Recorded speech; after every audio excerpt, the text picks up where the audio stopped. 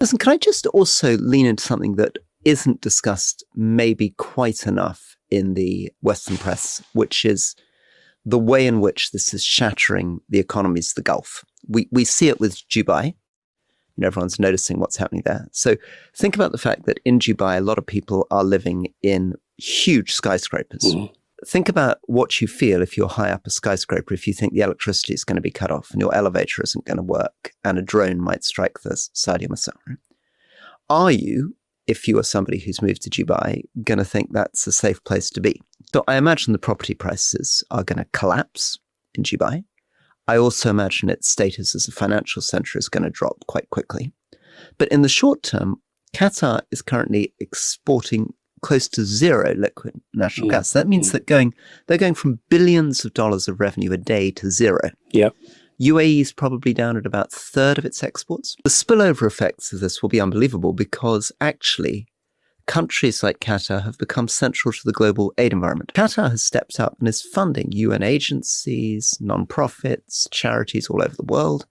A lot of the money that's supposed to be going into Gaza reconstruction is supposed to be coming out of the Gulf.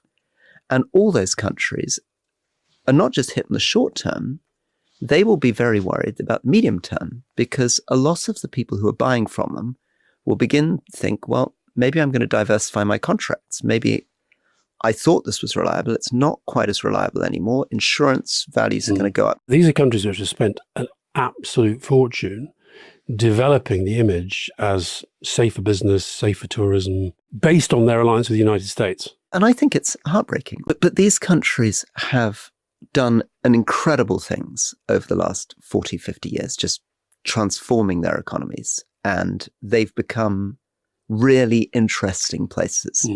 And it's tragic what's happened because they didn't sign up for this war. Certainly Qatar didn't know it was coming. And they now find themselves in a completely impossible situation, which is every day that Trump continues to bomb Iran, and more missiles coming to them, more disruption to the Straits.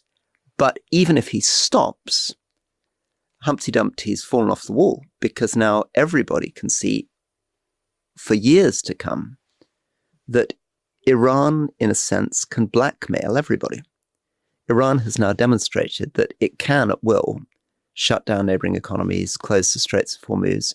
So Iran, in a sense, now feels more powerful.